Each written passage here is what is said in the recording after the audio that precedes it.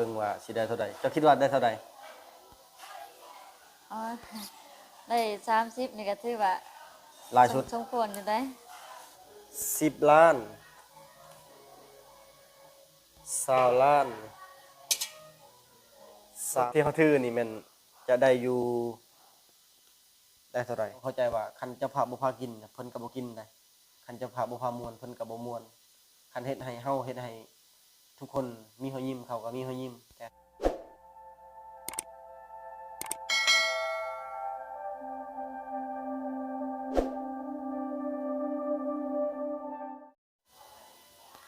สบายดีพี่น้องสบายดีสบายดีตอนเช้ามื้อนี้ก็พวกเราสิลองแกะบัตรเบิ่งว่าสิได้เท่าใดนะรูปหรือใดแต่ว่าเรื่องรูปเรื่องใดเฮาก็บ่ได้ว่าหยังได้ก็ดีใจรูปก็บ่เป็นหยังเพราะว่าพอใจแล้วกับมันการจัดงานดองใหญ่แบบนี้นะมันก็บ่ได้ใหญ่แต่ว่ามันก็บ่ได้น้อยก็สำบันเมืองเพิ่นเฮ็ดนั่นแหละบัตรทั้งเบิดนี่800กว่าเนาะ800กว่าแล้วบ่ฮู้ว่าเขาเจ้ามาส่งครบหรือบ่ทั้งสองกองนั่นแหละส่วนหลายก็คือฮู้แหละบ่ได้ก็มาบ่ได้ส่วนหลายแม่นมีแต่ฝากซองเอาแล้วก็โอนเอาเพราะว่าหมู่คู่ผู้บางคนก็อยู่ต่างประเทศไปเฮ็ดงานอยู่หั่นอยู่นี่หมู่เคยบอกเคยเล่าเฮาก็เลยบอกเล่าตามหมู่เคยบอกเคยเล่าคือกันแล้วมื้อนี้สิลองมาไขมาแกะเบิ่งว่าสิได้เท่าใดเจ้าคิดว่าได้เท่าใดอ๋อได้30นี่ก็ถือว่าหลายชุดสมควรอยู่ได้ตอนนี้นี่เฮาบ่แม่นแต่ในนี่เฮาสิเบิ่งทั้งเบิดเลยเบิ่งทั้งที่เขาซอยแล้วก็เขาใส่บัตรกับอันเขาโอนผ่านธนาคารเขาโอนเข้าบัญชีนะแล้วเขาก็รวมทั้งเบิดว่าสิได้ประมาณเท่าใดแล้วก็เงินมัดแคนกับเงินยินเหล้าเฮาสิมาโฮมรวมทั้งเบิดเลยเนาะว่าสิได้หลายแกะแล้วเอาเงินไว้ใช้บัดนี้หรือว่าเป็นไปได้ปะตื่นเต้นนะพี่น้องเอ้ย ตื่นเต้นนะลีแทนเด้อยู่หั่นอันนั้นมันเงินเย็นแล้วเอาข้างๆเนาะโดยถอดเสื้อหั่นก็ได้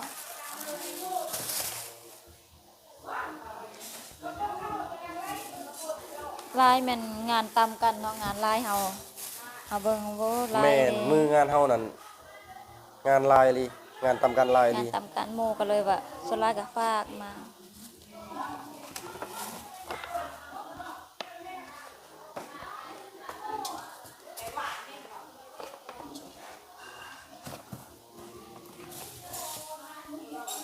อันนี้แม่นเงินยินเหล้าอันนี้นะจังนับบ่เลยว่าจะได้ในก่อนแยกไว้เป็น เป็นพูดกับจุกก่อนและเมื่อวานนี้บ่เฮียงรู้สึกกันดีใจเป็นพิเศษก็คือบ่เคยแบบถึกเซอร์ไพรส์แบบนี้นะพี่น้องเอ้ยถึงมันเป็นมูลค่านี่เฮาตีเป็นเงินบ่ได้นะบ่ฮู้ว่าเท่าใดแต่ว่าเฮาก็แบบรู้สึกแบบดีใจภูมิใจในตัวเองอะนะอันนี้ก็คือของพ่ออ้ำเป็นนาฬิกาหรือว่าเป็นโมง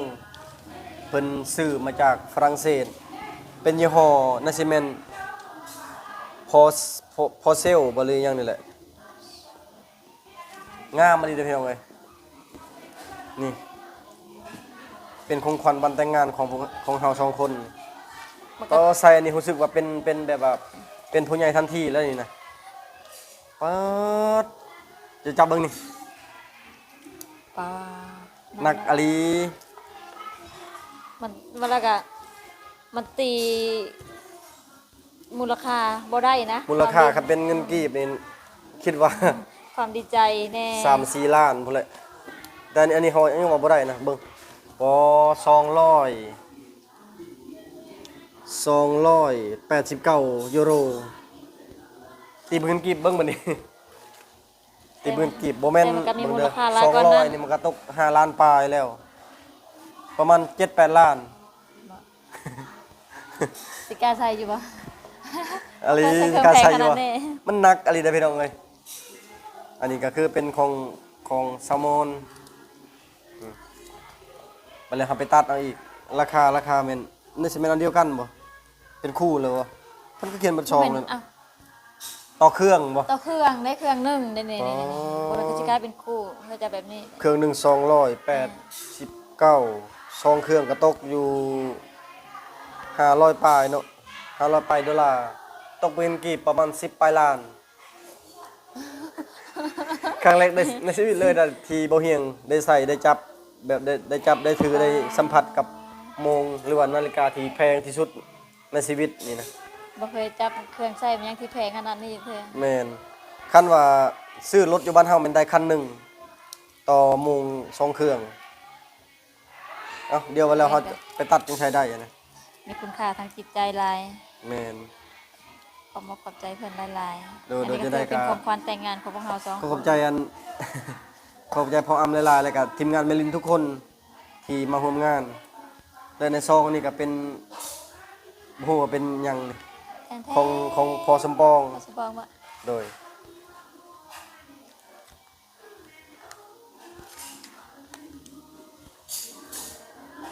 อ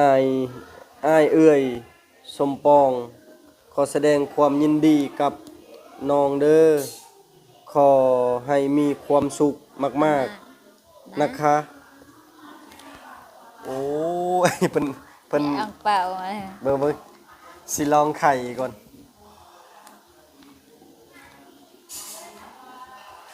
นี่ แกะเมื่อวานในการรุ่นขนาดไหนเนาะ2 3 รุ่น ชั้น เลยอันนี้ก็รุ่นเลยนี่ซองจากอันนี้จากต่างประเทศจากครอบครัวของพอสมปอง โอ้ยวัดลายแท้ลายอะไรอู้1 2 3 4 5 6 7 8 9 10,000 บาท อันนี้จากครอบครัวพอสมปอง1,000 บาท จะได้ก็ขอบใจพอสมปอง ขอบใจอัน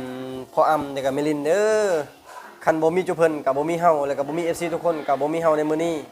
และคันบ่มีญาติพี่น้องก็งานมันก็บ่เกิดอะนะต้องขอบใจทุกคนหลายๆที่สละเวลาอันมีค่ามาร่วมงานมาแสดงความยินดีนำคู่สมรสใหม่ของพวกเฮาก็จะจดจำในวันนี้นะเอาอันนี้เนาะหรือว่าจะแยกวะเป็นอะไรบัดนี้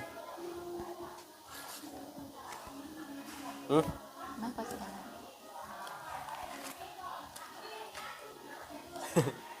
เขาเอาอันนี้เขาแกะหามาใส่บนเดียวบ่ เออ หรือว่าเนี่ยคือสองคันบัดนี้เอา อันนี้เงินผู้แคนอันนี้เงินเย็นเหล้า เออ เขายังบ่ทันได้นับเขายังฮู้ว่าเงินผู้แคนได้เท่าใดเงินเย็นเหล้าเท่าใด กำลังจะนับบ่ แต่จังนับเขาแก้บัตรก่อน โดยอันนี้เป็นเหล้า เราจะเฮากิน2คนทั้งหมด บ่กินดอกเหล้านี่ยอมเนาะคันมากินเหล้านี่ยอมบัดนี้เขาเริ่มแกะแล้วเนาะ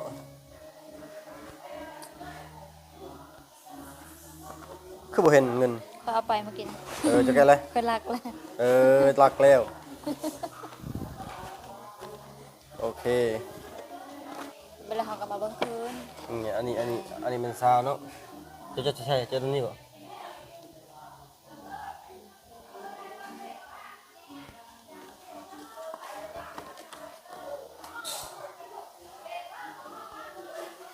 เริ่มแกะเลยนะบัดนี้ได้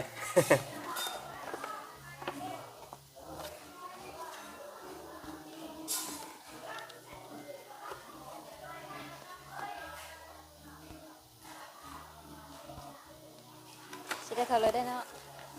รุ่นละลี รุ่นอะไร ซ้ำก้นมันแล้วอันนี้ก็ สิได้ค่ากระปุ้น ไอ้ตอนมาสิได้จบค่ากระปุ้นเดี๋ยวว่าสิได้บ่ได้ฮอดป่าซะ อะไร300,000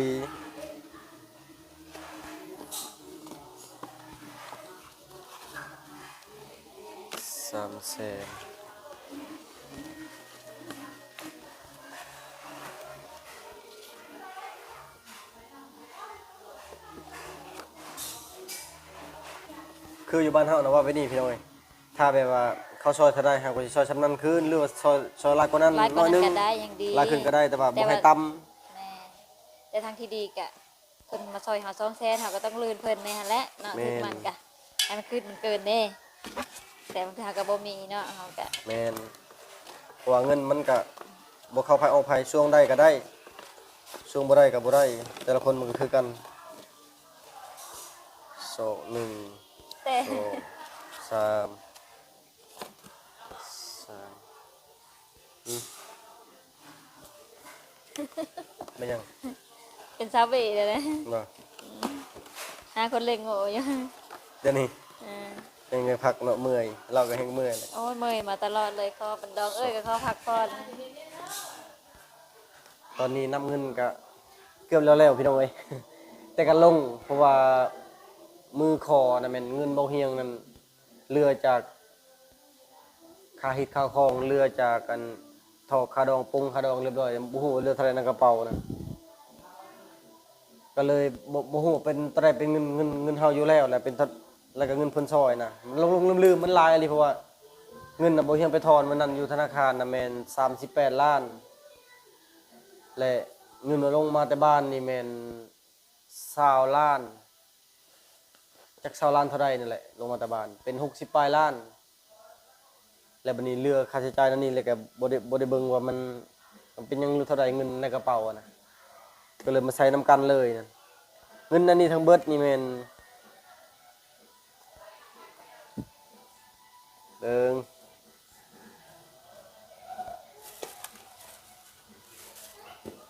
ลาอยู่เด้อพี่น้องอันนี้ ตื่นเต้นเด้แต่อีกอยังแหละหลายสิ่งหลายอย่างเลยนี่มีเท่าใดนับเอาเงินเด้อนี่10ล้าน20ล้าน30ล้าน40ล้าน40ล้านแล้ว50ล้าน60ล้าน70ล้าน1 2 3 4 5 6 7 70ล้านอะไรนะ70ล้านแล้ว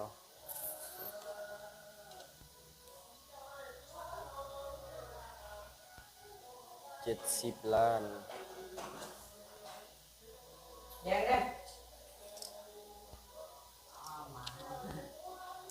70 ล้าน1 2 3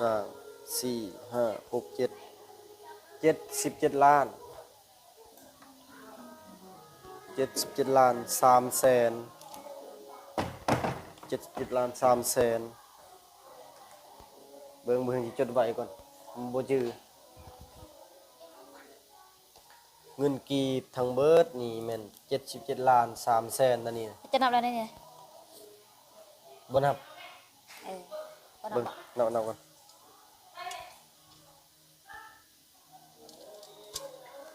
ได้เท่าใดเด้พี่น้องเอ้ยตื่นเต้นเด้77ล้าน300,000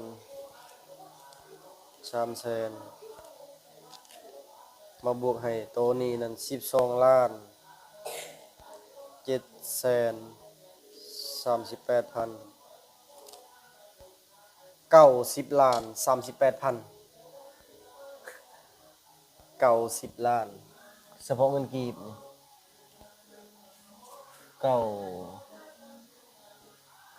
90ล้าน38,000อะไรเขียนตัวหนังสือกับบ่งามบ่ถึกเลยบัดนี้เงินบาท 12,080 บาท 10,000อะไร12,080 บาทเงินดอลลาร์$20เงินวอน 1,000 วอนที่จริงนั้น 2,000 วอน แต่ว่า ขอบใจเด้อ เอากลับแล้วนี่โอเคเดินทางตลอดปลอดภัยเด้อน้องไผ่พี่น้องเอ้ย น้องไผ่ในอนาคตอันนี้ก็คือเงินบาทแล้วก็เงินดอลลาร์เงินวอนที่จริง 2,000 วอนเนาะอันเป็นน้องสาวของเราผู้แคนให้คนละ1,000 วอนแต่ว่าบ่เฮียงเฮ็ดเฮียเมื่อวานนี้นะจักตอนฟ้อนจักตอนเต้นจักตอนย่าง เงินมันเฮียจากมืออึกกระทึกอยู่เมื่อวานนี้นะเขาเก็บซะทราย ตอนพลระบบค่อยก็เฮ็ด200,000ไอ้เคยเก็บมาให้ อืม แต่กันนอกจากบ่เห็นก็ได้ยินโฆษกประกาศอยู่ว่าเงิน แม่นประกาศแล้วแนวหาบ่เห็นจักไผเก็บเนาะ เขาประกาศช่องเทอมเงินโฆษกบอกว่าเงินจะ แบบว่า จะใช้ เพิ่นมัดบ่แน่นนะปกติมัดแค่นแล้วก็เฮาก็เข้าหุ่นเข้าหยังก็เพิ่นก็แก้ออก แต่เฮานั่นเวียกมันหลายลิเมื่อวานนี้นะ หับแค่เลย คืองานนี่นะยอมรับว่าการดูแลของเฮาน่ะบ่ทั่วถึง อาจ อี จะ หลี บ่ทั่วถึง การดูแลบ่ทั่วถึงแหละก็ขออยู่คงกินกับทีมงานหรือว่าเป็นญาติพี่น้องผู้ช่วยกับเพิ่นก็เฮ็ดเต็มที่นั่นแหละอาจบ่เพียงพอแน่นะการอันจัดโต๊ะตั้งนั่นนี่ก็บ่ถึงบ่ทันพี่น้องเอ้ยเพราะว่าปกตินี่แม่น6คนต่อโต๊ะชุดหนึงเขานั่งเป็นโต๊ะแบบนั้นในโต๊ะในโต๊ะหน่วยหนึงน่ะจะมีตังอยู่6หน่วย คือเขามา6คนแล้วเขาจึงนั่ง แต่ว่านี่นั่นบางคน2คนมา2คนก็นั่งกันเลย กินบ่เบิดบัดนี้อาหารแบบเรือบ่พอ แบบเรือบ่พอเนาะ แม่นเรือบ่พอ คือแบบโตะหนึงครอบครัวหนึงครอบครัวเกือบพ่อ แม่ แม่ น ลูกเข้าก็แก้แล้วกินบ่หมดแบบนี้ แม่ นะ นแม่น แล้วก็ผู้มาล้างๆแล้วก็ บ่กินปะเลย ก็บ่กินแล้วก็ป้าแล้วก็เอาตัวใหม่มา แม่น แบบนี้หานะบางคนมาบางเทื่อมันก็แบบ แม่น เพิ่นได้โตะตั้งอากาศจะบ่ทุกข์บ่ทวนแน่เฮาก็บ่แขกกับบ่ทั่วบ่เทิงเลยเนาะก็ขอโทษขออภัยน้ำแขกหลายๆ แล้วก็คือระยะทางอีกว่าแล้วก็บางคนคือเบาเกาะสาวรัฐทีมงานเพิ่นมานั่นมีเบาเกาะแล้วก็พร้อมด้วยครอบครัวลูกนำกันลูกเบาเกาะนำกิ่งแก้วนะเบาเกาะแล้วก็กิ่งแก้วแล้วก็เมียลาว3คน4เอยรัด5สาวแปร6ร้อย7เอ็ก7คนเพิ่นว่าทีมงานเพิ่นทีมงานใหญ่ได้มาแต่พุ่นเพิ่นเดินทางมาฮอดพี่ก็ประมาณ11-12โมงพุ่นเลยเนาะ แม่ เพิ่นมาฮอดนั่นแล้วก็คือยูทูบเบอร์อื่นๆอีกแบบนี้อะนะคือแล้วก็เอ้ยฮักอยู่สวรรค์เพิ่นมากับผู้จักโมง แล้วเฮาก็บ่ได้มีฮอดเวลาไปรับแขกบ่มีฮอดเวลาได้ย่างไปโอลมนั่นนี่ยินเหล้าก็พอแห้งแล้วเมื่อวานนี้นะยินเหล้านี่ก็ได้ประมาณ 4-5 ล้าน แต่เฮาไปบ่ทั่ว จะบ่ได้ตามจอกน้ำแขกเลย นั่นแหละ แขกผู้ใหญ่คนสำคัญทางนี้นำไปสำคนสำคัญผู้ใหญ่ แม่น ๆนี่ก็บ่ได้มาตามจอกน้ำเพิ่นเลย แม่นคือเจ้าภาพก็เพิ่นก็ติดงานคือมิลินก็ให้เคยเรียบร้อย แล้วก็กำลังเข้าของขวัญเพิ่นแล้วมื้อรับลูกสาวอยู่เซโปนหั่นเพิ่นก็มาทั้งลูกสาว ลูกเคยหลานชายแบบนี้เพิ่นมาแต่พุ่น5คนมีเมลินพ่ออ้ำแล้วก็ลูกสาวเพิ่นหั่นลูกเคยลูกอันหลานชายเป็น5คนแล้วแล้วก็พ่อสมปองเนี่ยนำเป็น6แล้วก็มากับไอ้พุทธเป็น7เพิ่นน่ะ2เทื่อมาเมื่อวานนี้นั่นเลยเฮาแบบสับสนวุ่นวายนั่นการดูแลอหยังที่ว่าบ่ทั่วถึงนั่นนี่ก็บ่ได้ที่ว่าเบิ่งคลิปนี้แล้วบ่ว่าจะเป็น FC หรือว่าเป็นหมู่เพื่อนยูทูบเบอร์เฮาเฮ็ดบ่ทั่วถึงหยังก็ต้องขอโทษขออภัยเด้อพี่น้องเอ้ยเพราะว่าเฮาก็ต้องยอมรับอะนะยอมรับในด้านนั้นบ่ทั่วถึงอีหลีแล้วก็เงินก็นี่แหละสรุปแล้วก็คือ90ล้าน38,000กีบเงินบาทแม่น 12,080 บาท แล้วก็เงินดอลลาร์แม่น20ดอลลาร์เงินวอนแม่นเพราะว่าวอน 1,000 วอนมันเสียแล้ว ยังเหลือแต่ 1,000 วอนอันนี้แล้วก็ตัวนี้เนี่ยแม่นเฮายังบ่ทันรวมในบัญชีบัดนี้ถ้ารุ่นอยู่พี่น้องเอ้ยในบัญชีบัดนี้บ่เห็นสิรวมในบัญชีอีกบัญชีนี่คิดว่าฮอดบ่40ล้านคันบ่ฮอดก็น้อยหนึงรวมๆนี่ทั้งเบิดนี่ก็ตกอยู่ประมาณบ่ฮอด150ล้านก็น้อยหนึง ถือว่าหลายเด้อหลายอีหลีแต่ว่าค่าใช้จ่ายก็สูงอีหลี เกินค่า เกินขาด อุกยันบ่จุบค่าเบียร์กัน แม่นนอนจนแบบนึ่งกะเรื่องบ่จุบเฮาก็คิดว่าจังได๋ก็เฮาจัดงานใหญ่คันบ่จุบก็เป็นหนี้เป็นสินก็ธรรมดา แต่หลักๆก็เรื่องของอยู่ของกินนั่นแหละเฮาย่านแบบบ่ทั่วถึงอะนะแล้วก็ย่านบ่อิ่ม ซื้อชิ้นหัวตึกอีกกับ20 โล แม่นที่จริงนั่นมันอาหารมันเหลืออยู่เด้อพี่น้อยหากผู้ใดกินแต่ว่าบ่อิ่มก็ต้องอันนี้ก็บ่ว่าสิบ่ฮู้สิว่าเพราะว่าในหน้าโต๊ะน่ะมันจะมีเบียร์แก๊สหนึงน้ำดื่มแพ็คหนึงน้ำหวานเป็นเป๊ปซี่มีรินดานั่นตุกหนึงแล้วก็มีเฮาเฮ็ดเป็นชุดพวกเครื่องใส่น่ะเป็นบวงถ้วยไม้จิ้มแค่นั้นนี่ก็เป็นให้ครบกับคน6คนในโต๊ะหนึงนั่นแหละแล้วก็อาหารนี่มีสเต็ก สเต็กจานหนึง จานหนึ่งลาบ ลาบ2 จาน ลาบ2 จาน แกง แกง ถ้วยหนึง ถ้วยหนึง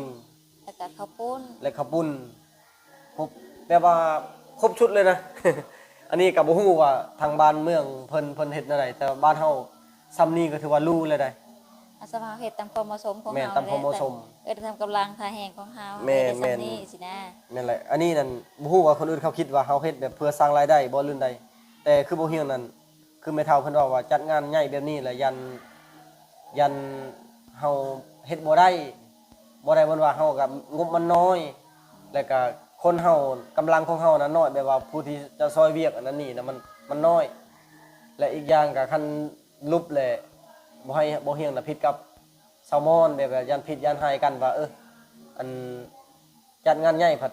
ได้น้อยแบบนี้นะแต่ว่าเฮานี่คือบ่เฮียงก็เว้ากับแม่เฒ่าแล้วว่าลุบก็บ่เป็นหยังเฮาพึงพอใจที่จะจัดแบบนี้เฮาตกลงกันแล้วว่าเฮาสิเฮ็ดแบบนี้ อันนี้ก็บ่แม่นว่าอวดหังอวดมีอวดร่ำอวดรวยแต่ว่าบ่เฮียงคิดว่าครั้งหนึงในชีวิตอะนะก็ก็ลองจัดเบิ่งว่าเฮ็ดได้ส่ำใดคันคือเห็นเงินรายแบบนี้เฮาก็ดีใจพี่น้องเอ้ยถือว่างานนี้ก็บ่ลุกงานนี้นะเพราะว่าตอนนี้นี่เฉพาะในนี้ก็ซ้ำนี้แล้วแหละเฮายังบ่ได้บวกในบัญชีเดี๋ยวบ่เฮียงจะคอยบวกในบัญชีว่าผู้ใดโอนแน่และตอนนี้เฮาจะบ่ตอนในบัญชีเฮาจะบ่ขออ่านเป็นรายชื่อไผว่าให้น้อยให้หลายแล้วก็จะบ่ขออันเปิดให้เบิ่งเพราะว่ามันค่อนข้างที่จะเสี่ยงนะเรื่องบัญชีนี่ยันพวกมิจฉาชีพยันพวกที่บ่หวังดีมีแต่เฮาสินับเป็นรายรับหรือว่าเงินเข้าในบัญชีนั่นว่า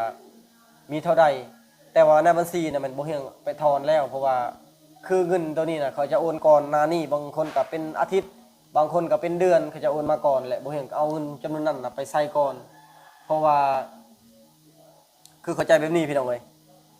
อันบ่เฮียงกันเงินบ่หลายแน่น่ะอาศัยที่ว่าเงินพี่น้องโอนมาซอยก่อนแหละเอาไปซื้อนั่นไปซื้อนี่เฮ็ดนั่นเฮ็ดนี่ไปก่อนแบบนี้เพราะว่าคันอาศัยแต่เงินบ่เฮียงบ่มีอลีส่วนนี้ก็เลยแบบว่าอาศัยที่ว่าเงินเขาซอยก่อนนั่นไปซื้อไปใช้จ่ายก่อนแหละส่วนที่ยังบ่พอคือเวียกหนักๆ1นี่ข้าวปุ้นพวกอันข้าวปุ้นนี่3ล้านแล้วก็ปลานี่3ล้านปลายแม่นบ่ทันจ่ายไปที่จะเฮ็ดเหยื่อข้าวปุ้น น้ำข้าวปุ้น นำข้าวปุ้นแล้วก็โต๊ะตั้งเต็นท์ตู้โคชกนังห้องพวกนี้ก็บ่ทันได้จ่ายแล้วก็เบียร์บ่ทันได้จ่ายน้ำเป๊ปซี่น้ำหวานก็บ่ทันได้จ่าย ทุกอย่าง แล้วก็อย่างน้ำดื่มทันได้จ่ายน้ำก้อนก็บ่ทันได้จ่ายแล้วก็เครื่องเช้าเป็นถ้วยบวงจานทุกอย่างนั่นบ่ทันจ่ายแล้วก็ผ้าซากนั่นนี่บ่ทันจ่ายแล้วคัดอันค่ากล้องอย่างช่างตั้งช่างถ่ายภาพช่างแต่งหน้าก็บ่ทันได้จ่ายก็หลายอย่างอยู่พี่น้องเอ้ย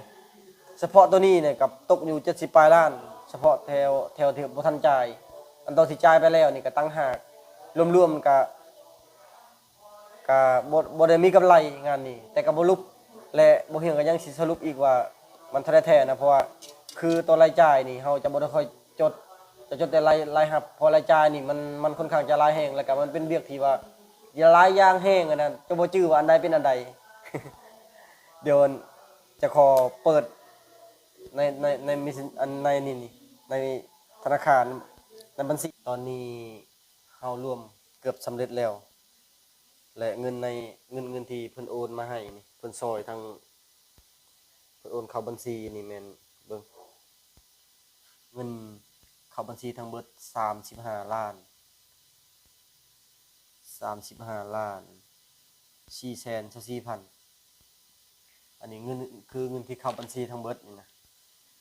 35,424,000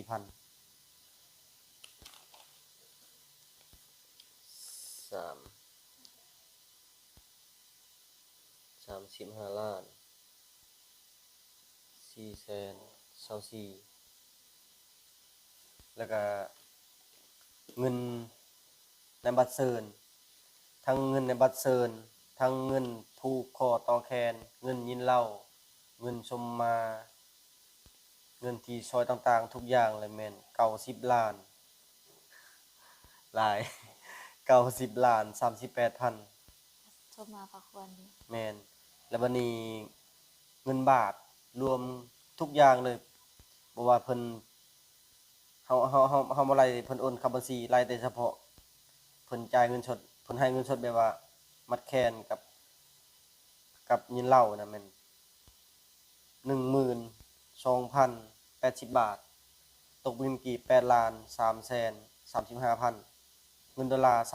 $20เป็นเงินกีบ4,312,000บัดนี้เบิ่งเฮามาบวกเบิ่งบัดนี้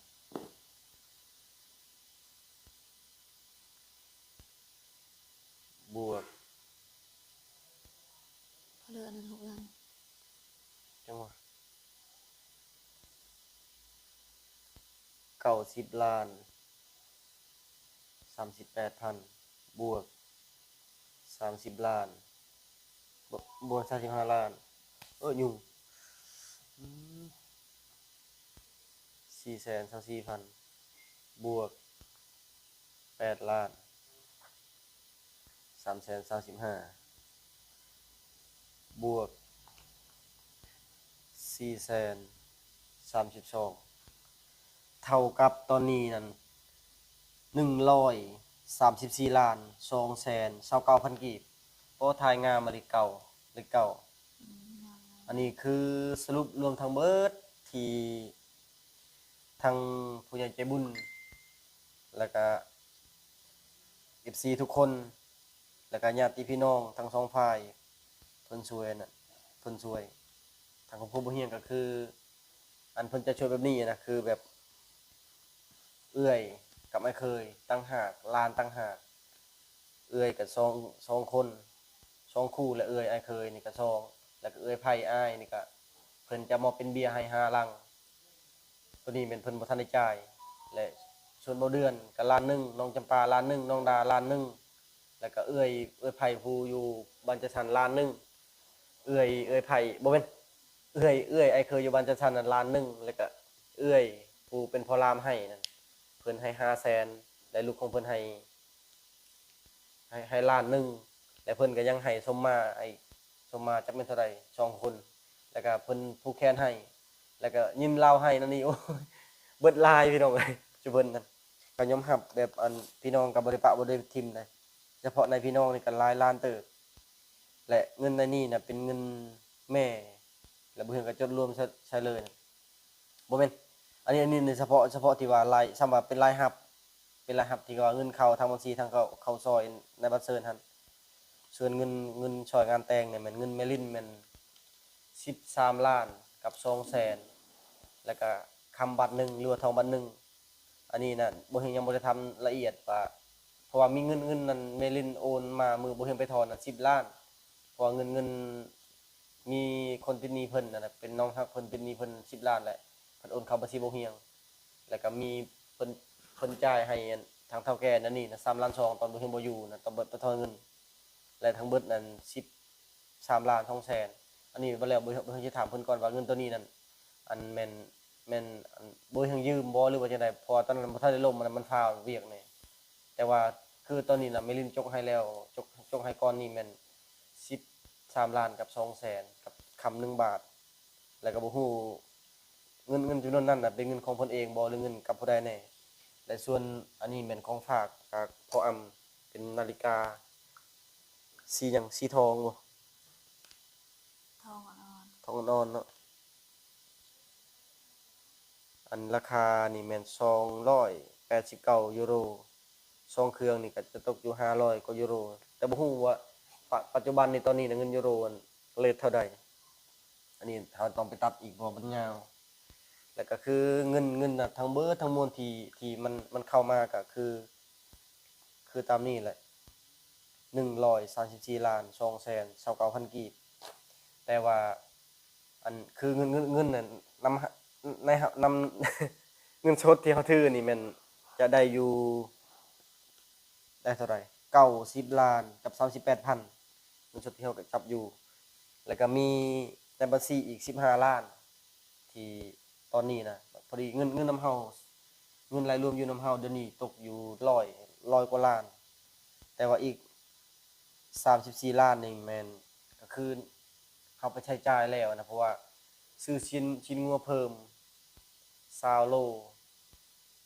โลหนึ่ง130,000ตก2ล้าน6แล้วก็ไปซื้อน้ำก้อนไปซื้อเครื่องชมมาซื้อนั่นนี่ซื้อเครื่องแบบแต่งประเพณีทางบ้านแน่แล้วก็ลงตลาดแน่มื้อนั้น แล้วก็อีกหลายๆอย่างนะแล้วก็เงินตัวนั้นบ่เฮียงไปถอนมือคอเนี่ยพอบ่เฮียงบ่มีเงินก็เลยเอาเงินที่เพิ่นซอยก่อนนั้นน่ะและไปอันไปใส่ในมันจะได้ปะเงินค่าดองตัวเงินก้อนนั้นนี้นั่นเอาไปใส่ในค่าดองหั่นก็คือยังเหลือตอนนี้ก็เปิดให้เบิ่งเลยนี่เพื่อความสบายใจอันนี้มันเงินทางอันทางแม่เฒ่านำนะทางเงินแม่เฒ่าแล้วก็เงิน10ล้านนี่มัน10ล้านนี่มันเงินแม่เฒ่าพ่อเฒ่าเพิ่นมัดแขนให้ลูกเอาไปต่อทุนพรที่จะเฮ็ดหยังก็แล้วแต่นะแต่เพิ่นมัดให้มีอยู่10ล้านก็คือค่าดอง50ล้านกับคำบัตรหนึ่งเพิ่นจะมัดแขนลูก10ล้านยังเดือนเพิ่นอยู่40ล้านกับคำบัตรหนึ่งแล้วก็รายจ่ายก็เพิ่นก็จะออกอยู่เล็กน้อยหลักๆแม่นพวกเราจะเอาเงินตัวนี้นั่นไปไปจ่ายในการใช้จ่ายในจัดงานแต่งนี่นะว่าผิดพี่น้องเอ้ย ก็นี่แหละหรือว่าอันใดบ่อยากคุยว่าบ่ถูกแน่ ถือแล้ว แต่เงินนี่น่ะนี่เงินในบัญชียังค้างอยู่ในบัญชีอยู่10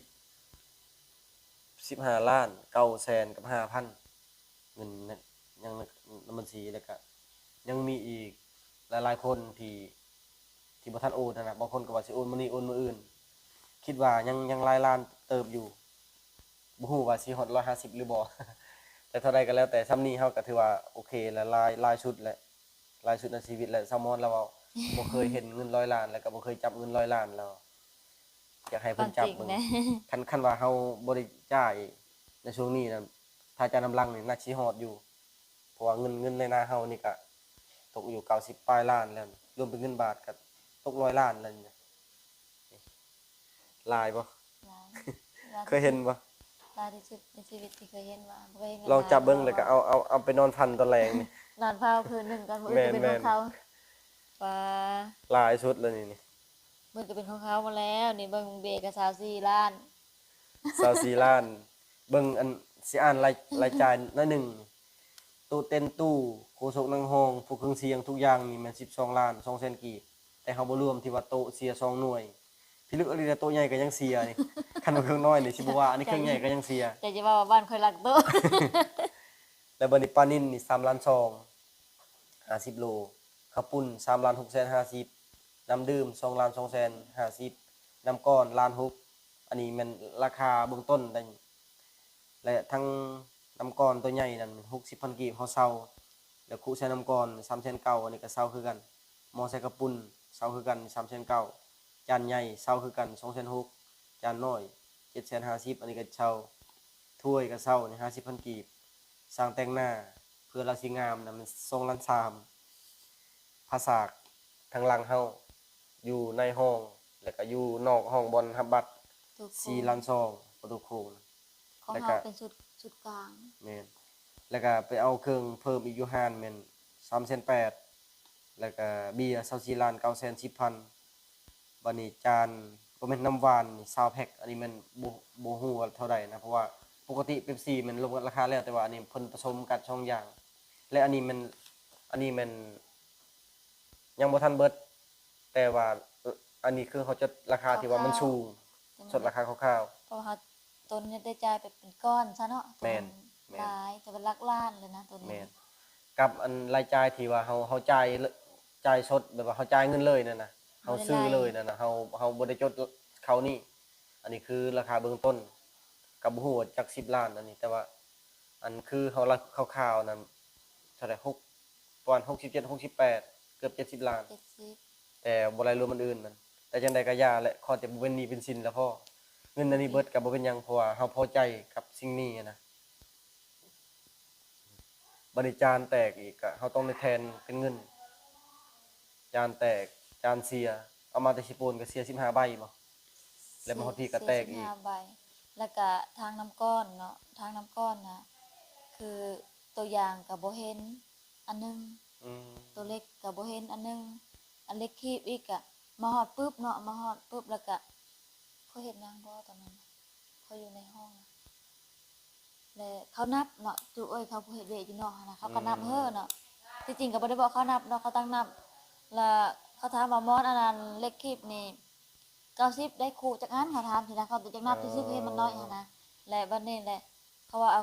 คู่ร้อยกับเลขคีบก็ร้อยสินะ อืม หากนมานะมาฮอดปุ๊บอันนั้นเฮาหาเขาไปเอาได้ประมาณนี้บ่หรือว่า7 โมงบ่เฮาหาเขาไปเอาอยู่ไสโปนนี่ โอ้ปันนี้เขาก็ออกไปชำนี้นะ มาฮอดแล้วเขาก็นับอันนั้นแหละบ่ฮู้ว่าเฮ็ดนำทางบ่หรือนั่นเลย หรือว่าเขานับบ่ครบแต่พุ่น นั่นแหละแล้วก็เสร็จหาตอนนั้นเลยถ่ายรูปเขาก็ถ่ายรูปเนาะ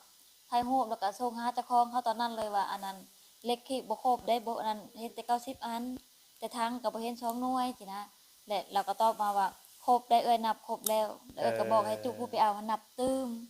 เออ เขาว่านั่นแหละแล้วก็ว่าว่าคู่นั่นเอ้ยบอกเขาว่าไว้ดีๆเด้ออย่ามันปิ้วแล้วว่าแม่นมันปิ้วนำทางบ่และคันคู่ปิ้วก็เสื้ออยู่หั่นนะ แม่นแต่ว่า แต่ว่า เล็ก เลขคีบ มันหนักมันหนักบ่ได้ไปโรงงานเล็กเครื่อ เล ง ขคีบ เครื่องมันก็บ่หลาย จานนี้ค่ะแตกไปกระเทึกหนึงน้อง แม่นปกติพวกเครื่องตัวนี้มันก็แน่นอนอยู่แล้วเห็น แน่นอนอยู่แล้ว ตอนเอาน้ำมันมาเช้านี่น่ะจานน้อยแตก2ใบบ่ฮู้ว่าเขาเจ้าเหยียบหรือมันตกแตกอีหยังก็บ่ฮู้คือกัน ถ้วยจานทำมันแน่นอนอยู่แล้วเนาะเฮาก็แม่น มันก็เฮาก็ฮู้อยู่แล้วว่ามันต้องเสียเลขคีบมันก็ต้องเสียอยู่แล้วถ้าเฮาไปใส่หั่นนะ แม่น แต่ว่ามันมาฮอดแล้วเฮาก็นับโลดหั่นนั่นแหละมันก็บ่ครบแล้วก็บ่อยากเสื้อก็คือโต๊ะบ่เห็น2หน่วย เงินนี่คือเงินแบบมันเข้านี่เห็นอยู่แบบนี้นะเพราะว่ามันเข้าผ่านบัญชีนี่แม่น35ล้านคือรายเมื่อกี้นี่แหละแต่ว่าเนี่ยเหลือยังอยู่15ล้านมันก็ตกอยู่เอาไปใช้ก่อนแม่น20ล้านแม่นเนาะเอาไปใช้ก่อน แล้วก็อันนี้คือเราจะในที่ร้อยปลายล้านนี่135ล้าน135ล้าน422,000บ่แม่น134ล้าน229,000แม่นเอารายเฉพาะที่ว่าอันเขาบ่รายเงินมิลินชอยนะเงินมิลินนี่เขายังตีราคาบ่ได้ว่าละเท่าไหร่เพราะว่าคำบาทหนึงนี่ก็ตกอยู่เป็นกีบนี่มัน47ล้านปัจจุบันเงินบาทก็ตก60,000ปลายแล้วก็เงินกีบอีก คือซ้ำนี่แหละพี่น้องเอ้ย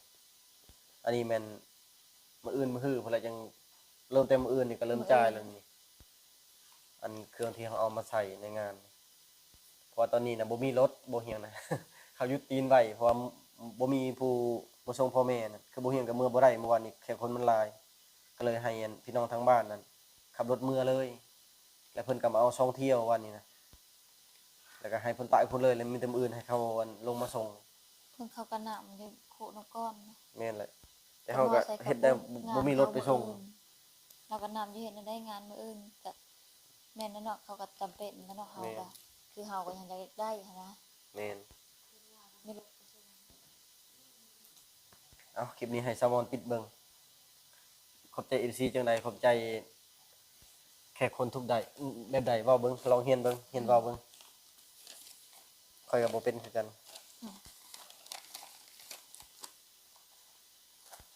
เว้าเบิ่งเว้าถึกเว้าไหม ไปสิว่านั่นเลยเนาะ อันนี้ก็บ่แม่นมาโฆษณาได้นี่เอามาตั้งซื่อจะได้ดีใจบ่ แต่สิว่านั่นเลยทั้งแบบทั้งดีใจทั้งตื่นเต้นอีกกระทึกหนึงน้องทั้งอุกใจพร้อมมันมานำกันเลย มันอุกใจนั่นหนึ่งน่ะแม่นย่านบ่ทั่วบ่ถึงย่านอาหารบ่เพียงพอเพราะว่าโต๊ะนี่เฮาน่ะเอาหลายชุดแล้วโต๊ะตั้งเป็นนั่นนี่แต่ว่า แต่ว่าสถานที่ สถานที่มันก็ แคบ ค่อนข้างจะแคบแน่ มัน12ลังนี่ก็ถือว่ายากเลยได้12ลังน่ะรวมบนเฮ็ดอยู่โคกินพุ่นเฉพาะแต่ในนี้นั่น11ลังก็อยากเต็มแล้วเนาะ แม่ ขนาดนี้ก็ตัดต้นไม้บุกเบิกพี่น้องเอ้ยตัดต้นไม้เสียดายต้นไม้จักเท่าใดปีก็ตัดทิ่มอันนี้คือแบบมันเฮ็ดให้เรากดดัน แล้วก็บวกกับประเพณีมันคนละอย่างมันคนละฮีตคือทางเฮาก็บ่ค่อยจะฮู้ปานใดเรื่องทางนี้ ทางนี้ก็บ่จักทางนั้นว่ามันเป็นอะไรยันแบบว่าทั้งสองฝ่ายบ่เข้าใจกันผิดพลาดกันหายเถียงด่ากันนั่นนี่นั่นเฮาก็ อุกเลย อุกแต่บ่เห็นก็พยายาม รับ สื่อสารทางนั้นให้เข้าใจและพยายามบอกทางนี้ให้เข้าใจ เพราะว่าคือว่าแล้วมันก็อันบ่เห็นก็เห็นครั้งแรกที่ว่าประเพณีคือเผ่ามังกรกับเผ่าผู้ไทยก็บ่ฮู้นะก็พยายามสื่อสารให้สองฝ่ายนี่ เข้าใจแล้วก็ฮักแพงกันคันคือสมมุติเฮาไปเว้ากันผิดพลาดหายนั่นก็มันก็บ่คักเพราะว่ามันเป็นงานสิริมงคลเราก็อยากให้แบบทุกคนที่มาแหละมีรอยยิ้มทุกคนที่มาแล้วดีใจยินดีนำเฮาแบบนี้นะเรื่องที่ว่าการอยู่กันกินบ่เพียงพอนั้นนี่ก็มันก็เป็นนำเฮาเองเฮาก็พอจะแก้ไขได้เพราะว่าสำว่าเบียร์เหล้าอิหยังก็มันมีขายเท่านี้นะคันเพียงพอเฮาก็ไปเอาไหมหลักๆก็คืออยากให้ทุกคนมาแบบว่าส่งรอยยิ้มให้เฮาแบบว่าคือคอแล้วมันก็สำว่ามันก็โล่งขึ้นหน่อยหนึงเนาะ แม่น อันนี้คือเมื่อวานนี้ก็แล้วฮิตแล้วของสมมาแล้วนี่จนเฮาได้ออกไปพ้อนั่นนะก็ใครนิดนึงพอดีแล้วบ่แล้วว่าอันน้องชายน่ะตากล้องเบาดาวมาบอกว่าตอนนี้คือแบบโต๊ะตั้งมันเริ่มบ่พอสาเหตุที่บ่พอก็คือแบบมาสองคนนั่งสองคนแล้วคนอื่นก็บ่กล้านั่งนำบัดนี้กินอาหารเบิดแล้วก็ปะอันนั้นบ่นั้นเลยแล้วมันเฮ็ดให้แบบว่าคือปกติมันสินั่งได้หกคนแต่ว่านี่น่ะเขานั่งสองคนสามคนก็มีมันก็เลยตอนนั้นน่ะซับซ้อนบ่ทัน ตอนนั้นแหละถือว่าเฮ็ดให้เฮากดดันน้อยหนึงแต่บัดนี้เฮาเริ่มกินเบียร์เข้าไปอะนะปกติบ่เห็นจะกินเบียร์แล้วโดนเทื่อบ่ได้มักเหล้าบัดมักเบียร์อันที่เฮ็ดไปเมื่อวานนี้ก็คือหนึ่งจะเฮ็ดให้คนอื่นที่มานั่นเขาม่วนซื่นนำเฮา แม่น เฮ็ดให้คนที่มาบ่ได้ซีเรียสเฮาเองก็บ่ได้ซีเรียสเพราะว่างานนี่ให้ต้องเข้าใจว่าคันเจ้าภาพบ่พากินน่ะเพิ่นก็บ่กินได้คันเจ้าภาพบ่พาม่วนเพิ่นก็บ่ม่วนคันเฮ็ดให้เฮาเฮ็ดให้ทุกคนมีรอยยิ้มเขาก็มีรอยยิ้มแต่ถ้าเฮ็ดให้เฮาผู้เจ้าภาพนี่เฮ็ดให้อัน ทุกคนแบบมาแบบบ่ม่วนนะคือแบบส่งรอยยิ้มแบบบ่โอเคต่อเขาเขาก็สิเป็นแนวนั้นเขาก็เลยแบบพยายามมันบ่มีหยังขัดข้องในใจเลยนะแล้วมีแต่พากันม่วนเมื่อวานนี้ม่วนแบบเต็มที่อีหลีเมื่อวานนี้นะยอมรับว่าจนเมาแต่บ่เฮียงเริ่มคิดว่าเมาแล้วเขาไปนอนอยู่ไหนแต่บ่ฮู้เลยว่าสาวม่วนไปแบบตอนใดนั่นน่ะเขาปิดตู้ตอนใดบ่จักแล้วก็หมู่เฮียงก็เอิ้นหาคือตอมเราก็เอิ้นหาเพราะว่าเราก็มาเปิดนอนอยู่บ้านพักอยู่พี่เรามื้อนอนพุ่นบ่ได้ เสร็จแล้วก็แถวบ้านสวนไปแหละยอมรับเลยว่านี่เต็มที่แล้วก็เรื่องที่ว่าเฮารับแขกคนอันนี้เฮาก็พยายามสุดๆแล้วเนาะแม่น แต่ว่ามันก็คือว่าแล้วมันก็บ่ทั่วถึงปานใด บ่ถึง แม่นแต่ว่าเฮาก็เฮ็ดเต็มที่แล้วทำเที่ยวให้ได้ เบิ่งเมื่อวานนี้ยินเฮาก็เจ้าจนเอิ้นควักเอาหลายๆเทื่อแบบอันนั้นนี่อยู่ง่วงหาโต๊ะว่าง แม่น แบบโอ้เป็นห่วงแฮงอีหลีห่วงแบบ แม่น เป็นห่วงแทนอันนั้นพี่น้องเนาะ แม่น เพิ่นผู้รับแขกให้เฮาหั่นน่ะ นั่นแห เพิ่ ละ นก็เต้นแลเนาะบ่อยู่บ่เซาเลย แม่นมันคือแบบนี้นะเมื่อวานนี้คือแบบอันเล่านั่นกังวลเรื่องยันแขกมาแล้วบ่ได้นั่งสักเขาสิมื้อคืนแล้วมันก็บ่คักยันคนเขาเว้าให้ว่าเอ้าเชิญคนมาเฮ็ดหยังเชิญมาแล้วบ่มีบ่นั่งอันนี้ก็บ่ผิดนำเขามันผิดนำเฮา แม่ เพิ่นก็เลยกังวลในเรื่องนั้น แล้วก็แขกที่แบบเพิ่นนั่ง2นั่ง3ก็บ่ติเพิ่นเนาะ แม่น มา เพิ่นบ่ เป็นครอบครั บ่ ว สนิทอะนะ แม่นก็ เพิ่นบ่สนิทเพิ่นบ่กล้าไปนั่ง แม่นก็เข้าใจ อันนี้ก็ อยู่ เข้าใจเพิ่นอันนี้ก็คือทุกอย่างมันก็ผิดพลาดนำเฮาแหละบ่ว่าเฮาจัดสถานที่แบบมันแคบ สถานที่เฮามันแค มัน บ แคบเรื่องตัวตั้งเต็นท์อันเนี้ยเฮาก็ เกี่ยม พอไหวอยู่ หลาย เตรียมพร้อมหลายอยู่ มันก็หลายสิ่งหลายอย่างอะแหละพี่น้องเอ้ยแต่ว่าเฮาก็ยอมรับปรับปรุงสิเก็บมาปรับปรุงแล้วก็แก้ไขในต่อไปถือว่ามันเป็นประสบการณ์ชีวิต อันยิ่งใหญ่สำหรับเฮาในเมื่อวานนี้ แต่เกิดมาฟ้าบ่เคยคิดเลย แม่น บ่เคยคิดว่าสิมีวันนี้บ่เคยคิดเลยว่าสิได้แต่งงานแบบว่าเฮ็ดงานแบบโอ้ยิ่งใหญ่ขนาดนี้ใหญ่ที่สุดในชีวิตเลย แม่น ที่ผ่านมาจัดให้น้องก็สบายธรรมดาเนาะก็สบายใหญ่แล้วธรรมดาก็แต่นี่โอ้ยิ่งใหญ่กว่า ใหญ่อหลีแต่แบบว่าเห็นคือเห็นอันพี่น้องทางฝั่งไทยยูทูบเบอร์ฝั่งไทยนะก็เพิ่นมา2-3คนแล้วก็เป็น FC นะที่ว่าเพิ่นเคยมาเที่ยวอยู่ลาวก็เห็นรู้สึกว่าอบอุ่นว่านี่นะเนาะหมู่มาหลายคนแบบว่า จากที่เขากังวลนั้นในหัวมาหลายเดือนหลายมื้อแล้วนะกังวลหลายสิ่งหลายอย่างมาคิดแบบนอนจนบ่หลับจนหัวร้อนนั่นนี่และเมื่อวานนี้มันก็เริ่มโล่งขึ้นเริ่มม่วนขึ้นบัดนี้เขาก็เห็นแบบ คือทางเบาเฮียงก็พอเราเต้นบ่ได้เราผ่อนบ่ได้เมื่อวานนี้เราปวดแข้งเราบ่สบายแต่โดนเราโซนะแต่แม่เราก็เต็มที่แล้วก็เห็นน้องคือบ่ดาวแล้วก็ม่วนบ่เดือนแล้วก็อ้ายไผอันไอ้เคยแบบนี้พากันม่วนพากันลิ้นแหละเข้าร้านเข้าหยังก็ม่วนได้พี่น้องเอ้ยอันสิ่งที่บ่เฮียงเฮ็ดเนี่ยก็คือหนึ่งก็อยากอันมันจังได๋เอิ้นว่าคนในรุ่นหลังนั้น หรือว่ารุ่นลูกหลานรุ่นน้องรุ่นต่อไปนั่นให้ให้มาแบบเป็นไดวะโดยอยู่บ้านเฮามันบ่เคยงานแบบนี้จักเทื่อนะ เฮาเป็นคนหนึงที่ว่ากล้าเฮ็ดแล้วก็กล้ามาประยุกต์ใช้ให้คนต่อไปน่ะเป็นบทเรียนหรือว่าเป็นแบบอย่างให้คนรุ่นหลังอะนะแบบนี้นะเดี๋ยวนี้เฮาก็ลองผิดลองถูกตัวมันผิดน่ะมันก็หลายสิ่งหลายอย่างตัวมันผิดแต่ว่าเฮาก็พยายามมันถือว่ามันผ่านจังได๋ก็มันก็ผ่านไปแล้วก็ลุล่วงไปด้วยดี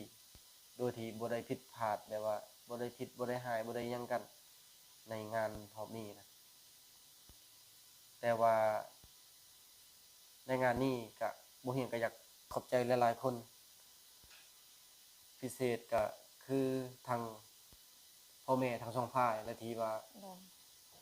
หาเวลาหาโอกาสหาจังหวะมาจัดงาน โอ้เขาก็ขอบใจแล้วเนาะบ่แม่นจะขอบใจตั้งแต่พ่อแม่เฮาสองนะ แม่น ญาติพี่น้องหมดทุกคนเลยเนาะที่อ้าย แม่น น้องเพิ่นมาช่วยงานเพราะถ้าบ่มีพี่น้องนี่เท่าสอง บ่ เฮา เกิด กับพ่อแม่ก็บ่เกิดคือกั แม่น นะ งานนี้บ่เกิด อ๋อ เพราะว่ามันยอมรับเลยว่าต้องใช้กำลัง แม่น กำลังเป็นมหาศาลนั่นแหละ โอ้อ้ายน้องหมดทุกคนยกตัวอย่างคือมื้อนี้เนาะ แม่น อันแต่เช้าเก็บกวาดอนามัยเดิน จน เท่า ค่ำ นี้ทุกอย่างล้างถ้วยล้างหม้อช่วย แม่น โอ้ยแต่เท่าเฮา บ่ได้ อ้ายน้องเฮานี่ก็3 มื้อก็ยังบ่แล้ว แม่นเพิ่นเริ่มเวียกนี่วันพุธวันพฤหัสวันศุกร์แล้วก็วันเสาร์มื้อนี้ วัเสาร์ 4-5 มื้อเด้ แม่น แต่เฮาเองก็เกี่ยมหลายมื้อ แต่ว่าถ้าสมมติว่าคือเขาเฮ็ดอันอื่นเนาะถ้าจ้างก็โอ้หมดหลายล้านเติบแล้วเนาะแต่อันนี่ผัด โอ้จ้างบ่ได้ เขาเอิ้นว่าเป็น ซอยกัน ซอยกัน มันเป็นประชาวว่ามันเป็นประเพณีแบบหนึงอะนะถ้าว่าเฮือนผู้ใดเฮ็ดก็อาศัยพี่น้องซอยกันแบบนี้ อยู่บ้านใดเมืองใดคือกันเบิดทางอยู่พังลาวเฮานี่นะสมมุติว่าเฮือนผู้นี้เฮ็ดแล้วเขาก็จะเอิ้นเอาพี่น้องไปบอกพี่น้องมาซอย แล้วก็เฮือนพี่น้องเฮ็ดเฮาก็ไปซอยแบบนี้อะนะเคยเฮ็ดแบบนี้คันว่าใช้จ้าง ก็มีหลายคนถามอยู่ว่าเป็นหยังแบบเขาถามว่าเป็นอะไรอ้ายงานเจ้านั้นแบบว่าจ้างเขาบ่แบบจัดตู้ตั้งเต็นท์ตู้นั่นนี่พอบ่ทุกอย่างแม่นอาศัยพี่น้องซอยกันคันจ้างนี่โอ้บ่ไหวแฮงขนาดซำนี้ถือว่าเบิดหลายค่าใช้จ่ายนี่เบิดหลายแฮงคันว่าจ้างเบิดนี่โอ้ย แฮงมันบ่ได้กำลังเฮาบ่พอแหละกำลังทรัพย์นี่แหละ งานแบบว่ามันโคตรตื่นเต้นแฮงเลยแหละเมื่อวานนี้นะเมื่อวานกับมื้อซื่อนี้มันยังแบบว่ามีความกดดันในหัวหลายแต่เมื่อวานนี้ก็คือตื่นเต้นกดดันน้อยหนึงก็คือย่านแต่หมู่ครูมาแล้วบ่ได้นั่งแล้วก็บ่ได้กินเมื่อวานนี้นะเรื่องว่าม่วนบ่ม่วนอันนี้มันแล้วแต่ความสมัครใจของภายลาวผู้ใดกินได้ก็กินไปผู้ใดกินบ่ได้ก็บ่ได้บังคับเพราะว่าบ่เฮียงนี่เป็นคนหนึงที่ว่าบ่ได้มักบังคับไผ เขาก็กินไปตามว่าเขาต้องการตามความสามารถของเขาคือบ่ฮึงเองก็บ่มักหมู่บังคับแล้วก็บ่มักบังคับหมู่พอได้อยู่ได้แล้วกินไปพอได้อยู่บ่ได้ก็บ่เป็นหยังแบบนี้พี่น้องเอ้ยและบ่เฮียงก็ขอบใจทุกๆคนก็คือขอบใจ FC และขอบใจผู้ใหญ่ใจบุญพิเศษก็คือเมลินนี่แหละที่ว่าเพิ่นอันเดินทางมาแต่ต่างประเทศคือมาร่วมงานเฮาในมือซืนกับมื้อวานนี้ ขอบใจเพิ่นเบิดทุกคนในครอบครัวและที่เพิ่นมานำและขอบใจพ่ออ้ำพ่อสมปองที่เพิ่นพาขับรถมาพี่แล้วก็ขอบใจ FC ทุกๆคนนั่นแหละที่ช่วยคันว่าบ่มี FC ในมื้อนั้นบ่เฮียงกันจะบ่มีในมื้อนี้นะถึงว่ามันเป็นเล็กๆน้อยๆแต่เฮามีความภูมิใจในตัวที่ว่าเฮาสามารถเฮ็ดได้ในส่ำนี้นะสามารถเฮ็ดให้คนทั่วโลกรู้จัก ทั่วโลกรับรู้ทั่วโลกได้เห็นเฮาออกมาในภาพออกมาในเสียงบ่เห็นรู้สึกดีใจอย่างแฮงเลยแหละก็มีแต่ส่ำนี้แหละโอเคขอบใจไปก่อนพี่น้อง